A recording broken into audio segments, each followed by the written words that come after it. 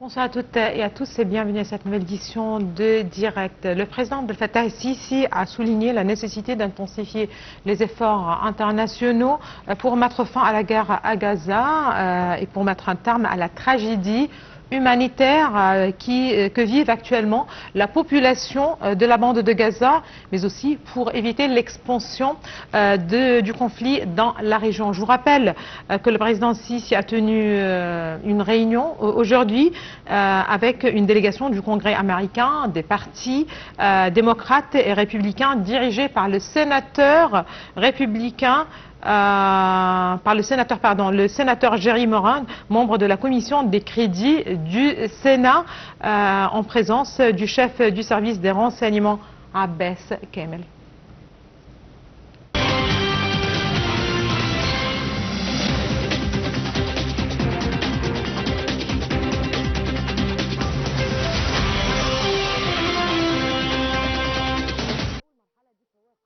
Le président Abdel Fattah el-Sisi a tenu une réunion ce lundi avec une délégation du Congrès américain des partis démocrates et républicains dirigée par le sénateur Jerry Moran, membre de la commission des crédits du Sénat, en présence du chef des services de renseignement Abbas Kamel. La réunion a abordé la situation dans la région. Le président el-Sisi a souligné la nécessité d'un engagement international sérieux dans la mise en œuvre de la solution à deux États conformément aux résolutions de la légitimité internationale comme voie vers l'instauration de la justice, de la paix et de la sécurité pour tous les peuples de la région. Le porte-parole de la présidence de la République a déclaré que la délégation américaine a déclaré que cette visite s'inscrit dans le cadre de l'importance particulière attachée au partenariat stratégique avec l'Égypte, soulignant la grande contribution en tant que pilier de la stabilité régionale et l'appréciation des efforts égyptiens visant à établir la paix et la sécurité dans la région. La délégation américaine a souligné dans ce contexte le rôle essentiel de l'Égypte dans la promotion des efforts visant à parvenir à un cessez-le-feu dans la bande de Gaza et à l'échange de détenus, d'otages et de prisonniers, en plus des efforts énormes que l'Égypte avait déployés et continue de déployer pour faire pénétrer l'aide humanitaire à la population de la bande de Gaza. La délégation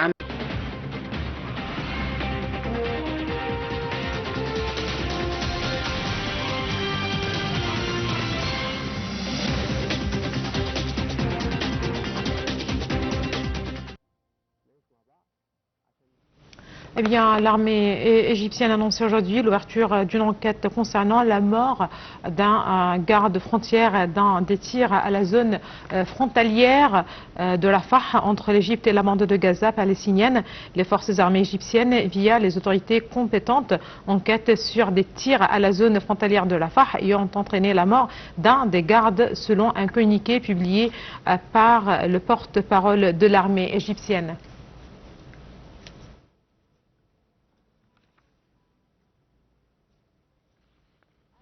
L'Égypte a condamné dans les termes les plus forts le bombardement israélien délibéré sur des camps de déplacés dans la ville palestinienne de Rafah, faisant plus de 45 tués parmi les déplacés non armés.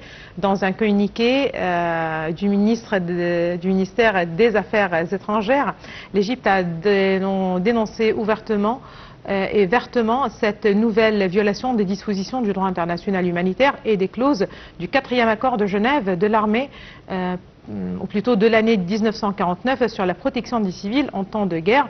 L'Égypte a considéré cette attaque catastrophique comme une preuve de l'intransigeance des Israéliens qui poursuivent le ciblage des civils non armés et leur politique visant l'expansion du conflit et la poursuite du massacre des Palestiniens et le démantèlement de l'enclave qui s'embrase depuis plus de 7 mois. L'Égypte a réitéré son appel à Israël pour respecter ses engagements légaux en tant que force d'occupation et d'appliquer les résolutions de la Cour internationale de justice qui statuaient un cessez-le-feu immédiat et un arrêt des opérations dans la ville palestinienne de Rafah. L'Égypte a réitéré également son appel au Conseil de sécurité et aux parties prenantes internationales d'assumer leurs responsabilités pour garantir la mise en vigueur d'un cessez-le-feu immédiat à Gaza et la fin des opérations à Rafah pour protéger la vie des civils innocents. Le ministre des Affaires étrangères, Sameh Choukri, a jugé impératif qu'Israël assume ses responsabilités à l'égard des civils à Gaza, notamment dans la ville de Rafah, la ville palestinienne de Rafah, et cela en tant que force d'occupation en vertu du droit international.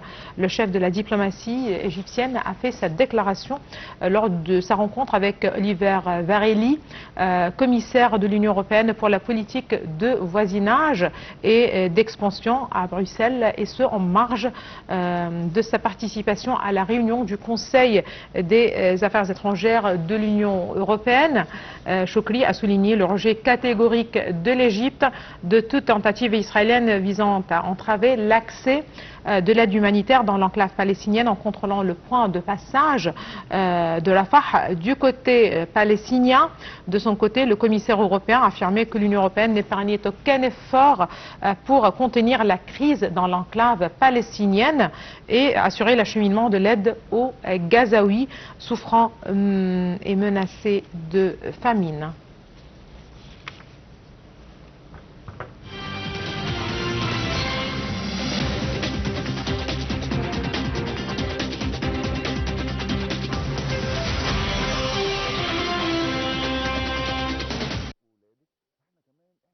À l'issue de leur réunion dimanche, le chef de la diplomatie égyptienne Sameh Choukri et le haut représentant de l'Union européenne pour les affaires étrangères, Joseph Borrell, ont appelé à un arrêt des opérations militaires à Rafah. Les deux responsables ont exhorté Israël à respecter ses obligations conformément aux normes du droit international humanitaire, notamment en ce qui concerne la protection des travailleurs humanitaires et de leur liberté de mouvement. M. Choukri a réitéré ses mises en garde contre les conséquences néfastes des opérations militaires israéliennes à Rafah sur 1 400 000 Palestiniens, ainsi que sur la paix et la stabilité régionale.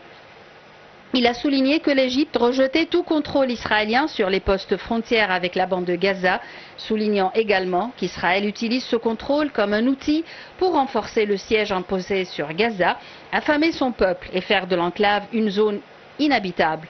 Ces tentatives visent à déporter les Palestiniens et liquider leur cause, a-t-il dit. Il s'était également entretenu dimanche à Bruxelles avec le ministre d'État britannique pour le Moyen-Orient, Tariq Ahmad, en marge de sa participation aux réunions du Conseil des affaires étrangères de l'Union européenne. Les deux ministres ont échangé les visions et les évaluations autour de la situation humanitaire et sécuritaire dans la bande de Gaza. Ils ont aussi affirmé la nécessité de parvenir à un cessez-le-feu, l'échange des prisonniers et garantir la protection des civils. M. Choukri a discuté des risques encourus suite aux opérations militaires israéliennes dans la ville palestinienne de Rafah et autour du terminal de Rafah. Il a à cet effet mis en garde contre les répercussions humanitaires dangereuses de cette situation explosive qui menace la paix et la sécurité dans la région, appelant à ce qu'Israël respecte ses engagements en tant que puissance occupante et donc arrêter les opérations militaires dans la bande de Gaza dans le cadre du droit international.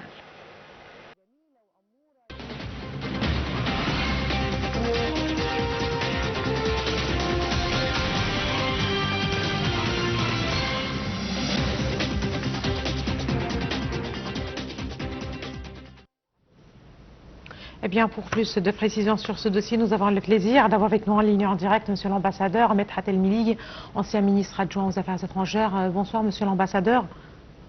Ravi. Ravi de vous avoir parmi nous en ligne en direct pour parler de la question palestinienne. En fait, c'est le président de Fatah el-Sisi qui s'est réuni aujourd'hui avec une délégation du Congrès américain, des partis démocrates et républicains, dirigés par le sénateur Jerry Warren, membre de la commission des crédits du Sénat. Justement, on parle d'une concertation, d'efforts diplomatiques continus pour essayer de trouver une sortie à la crise.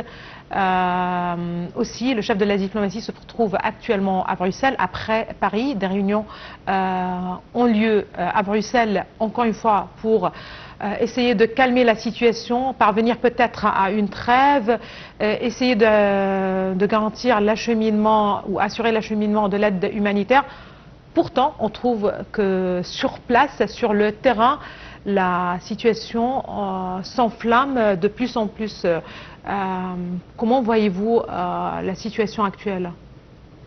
Je pense premièrement que déjà le mot crise est devenu très absolu, mais déjà on parle d'une folie qui ravale le gouvernement israélien, qui n'arrête à aucun point, malgré les supplications du monde en sa totalité, d'arrêter ces massacres, ces crimes de guerre, ces génocides qui sont en train de prendre place. Malheureusement, aujourd'hui même, on s'est réveillés tous sur un nouvel massacre qui a porté la vie de plus de 50 civils palestiniens, sans compter les blessés et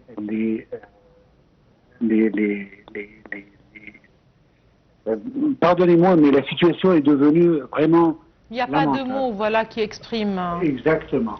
Mais je trouve que, malgré tout cela, qu'il y a une pression qui doit être exercée, et cette pression doit venir des pays qui prétendent aider Israël. Je parle notamment des États-Unis, je parle des pays de l'Union européenne. Alors, en ce qui concerne l'Union européenne, on a déjà entendu le chef de la politique étrangère de l'Union européenne, M. Joseph Borrell, qui a déclaré qu'il fallait bien appliquer les décisions de la Cour internationale de justice, qui inclut éliminer et arrêter toute attaque, toute offensive sur Rafah. Et que ça ne sert à rien de faire sortir des déclarations ou des résolutions qui ne seront pas respectées, et que cela, pas seulement menace la sécurité des Palestiniens, mais plutôt la sécurité de la région et peut-être du monde. Parce que ce qui est en train de se passer maintenant, nous sommes devant une situation qui est difficile à raisonner. De l'autre côté de la partie des États-Unis, il y a toujours des sentiments de tristesse, concernés à propos de ce qui se passe, mais en même temps, la situation ne change pas. Je pense que sans une vraie pression sur Israël, on n'aboutirait jamais à pouvoir calmer ce gouvernement qui a totalement perdu sa raison d'être et a totalement perdu sa force de gérer les choses d'une manière logique. Alors, même les raisons pour lesquelles il a donné à cause de cette attaque étaient des raisons illogiques, selon le porte-parole de l'armée israélienne.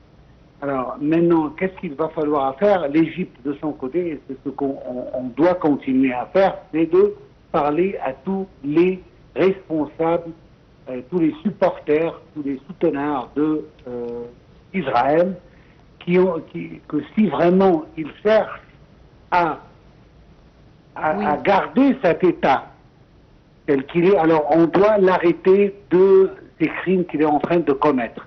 Israël, malgré sa perte sur la scène internationale politiquement, continue à perdre davantage et continue à perdre le support des peuples et même le début des gouvernements. Plusieurs gouvernements ont déjà marqué leur mécontentement total des politiques extérieures et de la politique militaire d'Israël.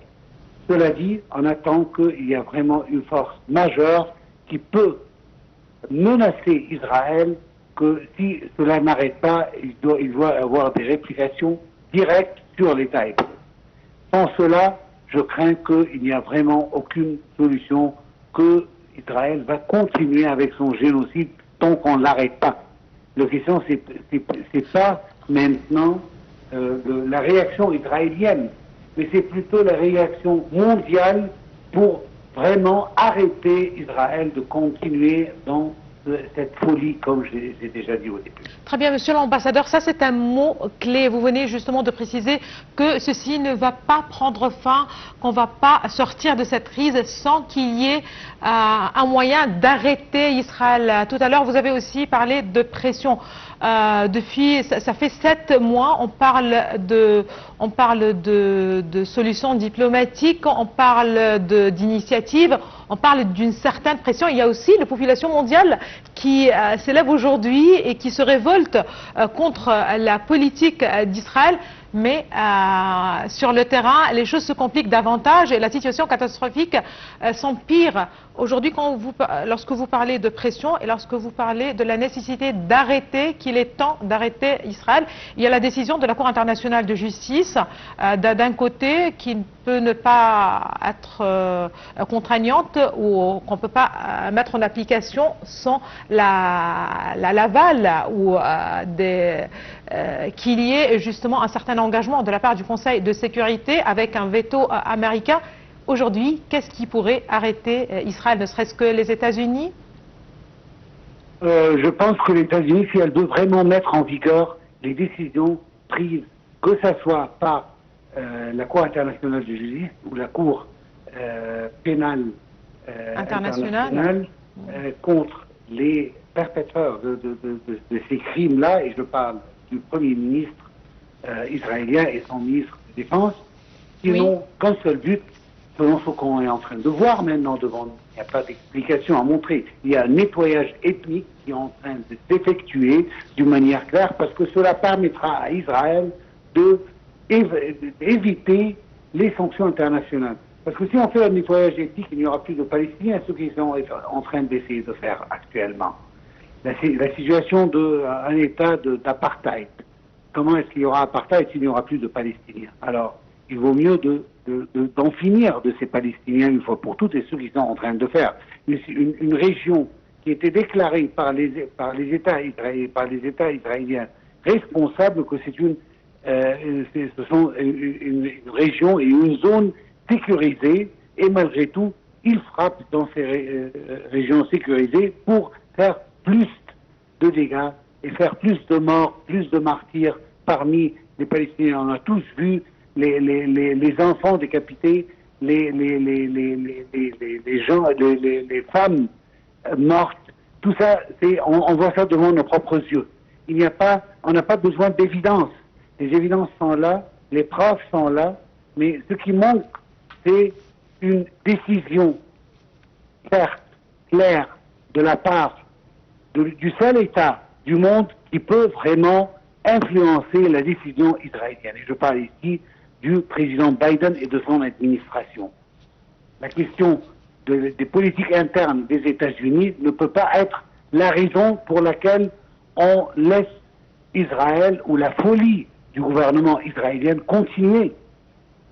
C'est ça le vrai problème dont on a. Parce que les efforts diplomatiques égyptiens, on vient juste de parler il y a une journée des efforts égyptiens avec l'aide des Qataris pour arriver à une trêve, et on reparle d'échange de prisonniers. Voilà. Et Israël, parce qu'elle n'a pas intérêt à faire échange de prisonniers, parce que l'échange de prisonniers ne va pas permettre à Israël de continuer sa guerre sacrée, selon le terme israélien, de continuer. Alors elle doit sabotager les efforts égyptiens pour ne pas permettre à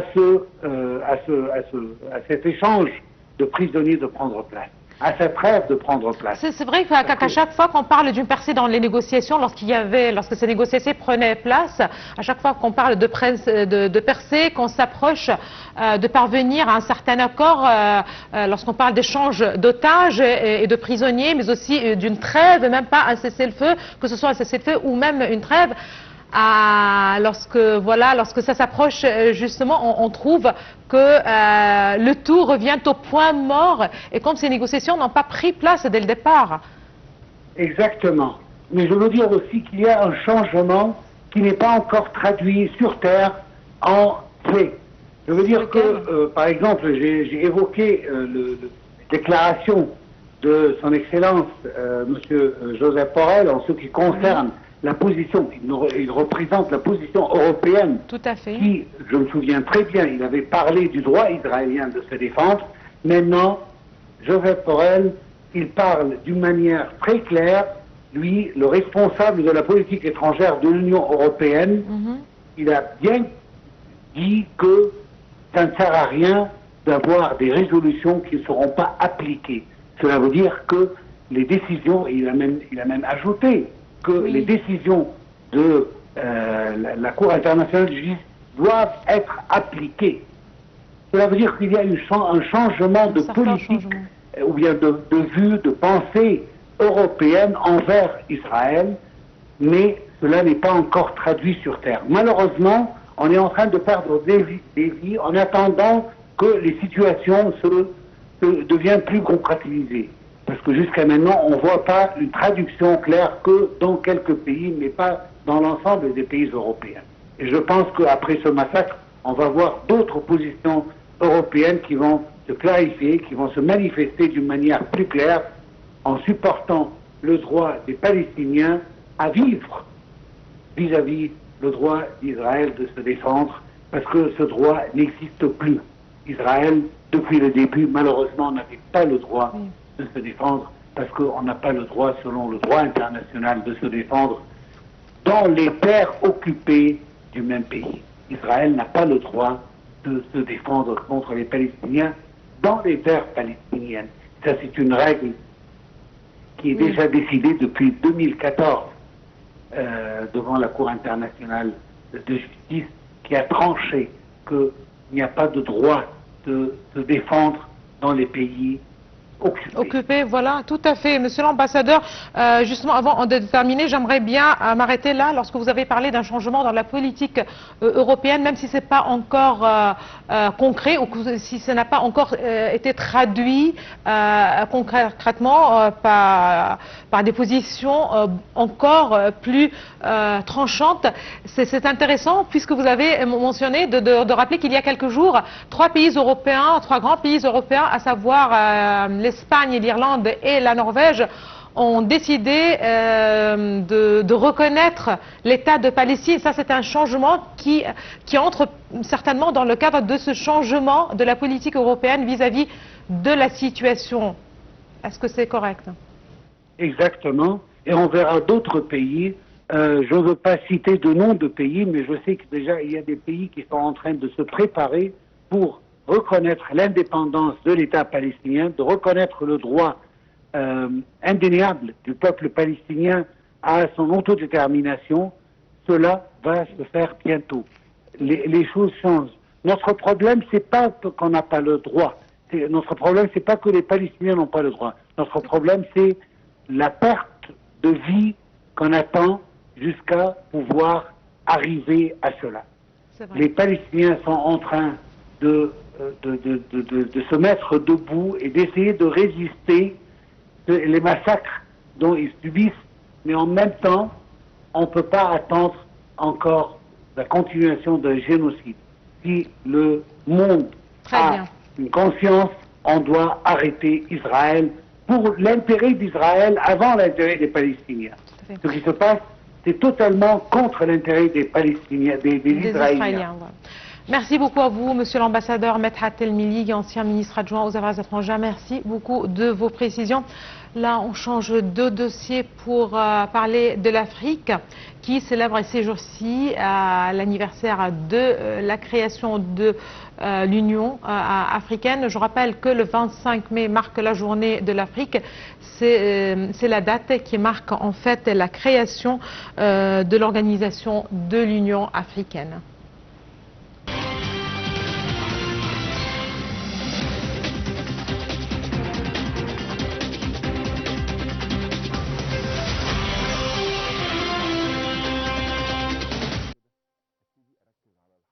L'Union africaine est une organisation continentale à laquelle ont adhéré les 55 États membres qui composent les pays du continent africain. Elle a été officiellement fondée en 2002 pour prendre le relais de l'Organisation de l'Unité africaine. En mai 1963, 32 chefs des États africains qui avaient accédé à l'indépendance s'étaient rencontrés à Addis Abeba, en Éthiopie, à l'effet de signer la charte portant création de la première institution continentale africaine formée au lendemain des indépendances, l'Organisation de l'Unité africaine. Cette organisation était la manifestation de la vision panafricaine d'une Afrique unie, libre et en pleine possession de sa propre destinée, Et cela a été consacré solennellement dans la charte de l'Organisation de l'Unité africaine, dans laquelle les pères fondateurs avaient reconnu que la liberté, l'égalité, la justice et la dignité étaient les objectifs essentiels en vue de la réalisation des aspirations légitimes des peuples africains. Les objectifs principaux de l'Organisation de l'Unité africaine étaient d'ôter le continent des vestiges restants de la colonisation et de l'apartheid, de promouvoir l'unité et la solidarité entre les États africains, de coordonner et d'intensifier la coopération pour le développement, sauvegarder la souveraineté et l'intégrité territoriale des États membres et promouvoir la coopération internationale. Par ailleurs, la zone de libre-échange continentale africaine, ZLECA, est un accord commercial englobant la majorité des pays africains avec l'objectif de créer le plus grand espace de libre-échange au monde en nombre de pays participants. L'initiative vise à stimuler le commerce intra-africain en supprimant les barrières tarifaires et non tarifaires et en permettant la libre circulation des biens, des services et des personnes. En octobre 2022, l'Égypte a conclu la première transaction commerciale portant sur l'exportation de produits alimentaires au Ghana dans le cadre de la ZLECAf. La zone de libre-échange continentale africaine a la capacité d'accroître les possibilités d'emploi et les revenus, ce qui contribue à élargir les perspectives de tous les Africains. Elle devrait permettre de sortir de la pauvreté, modérer environ 68 millions de personnes et de rendre les pays africains plus compétitif.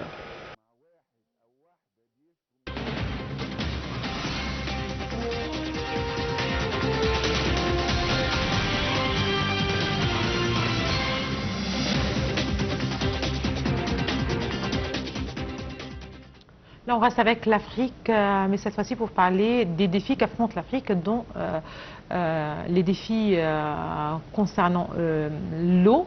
Je rappelle que le ministre des Ressources en eau et de l'Irrigation, Hani Soueilem, a affirmé que l'Égypte faisait face à un défi inédit de pénurie d'eau sur le plan international et qu'elle remontait dans le classement des pays les plus secs en enregistrant le plus faible record de précipitations au monde et un déficit en eau qui atteint 55% de ses besoins.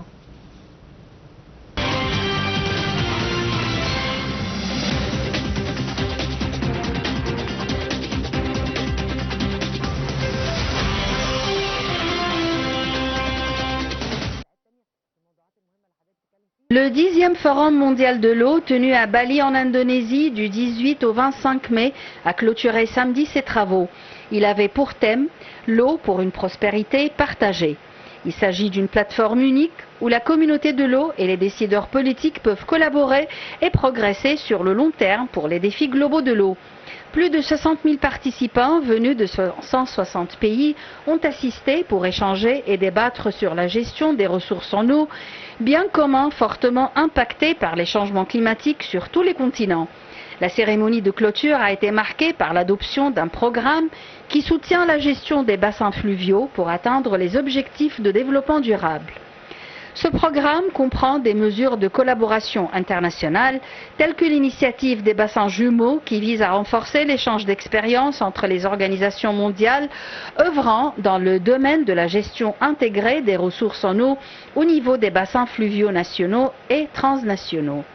Le forum a par ailleurs été marqué par la ratification d'une déclaration ministérielle à la suite d'une réunion ministérielle les 20 et 21 mai, ayant connu la participation de 106 pays et 27 organisations internationales.